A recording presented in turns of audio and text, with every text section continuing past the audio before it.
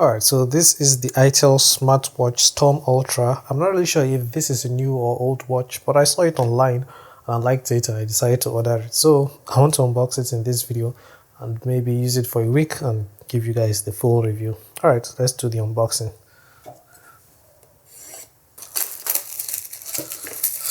Okay, I think something went wrong in the process of packaging because the watch is not here. So after removing this, yeah, this is the watch, hopefully.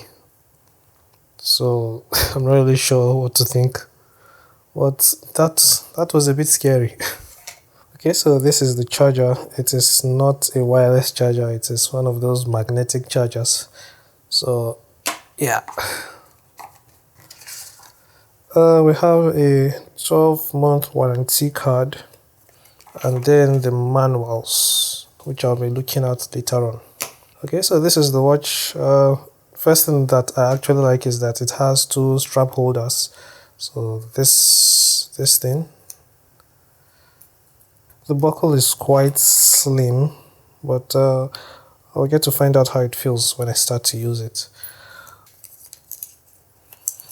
Okay, it has a really decent screen from what I can see. It looks like an AMOLED screen.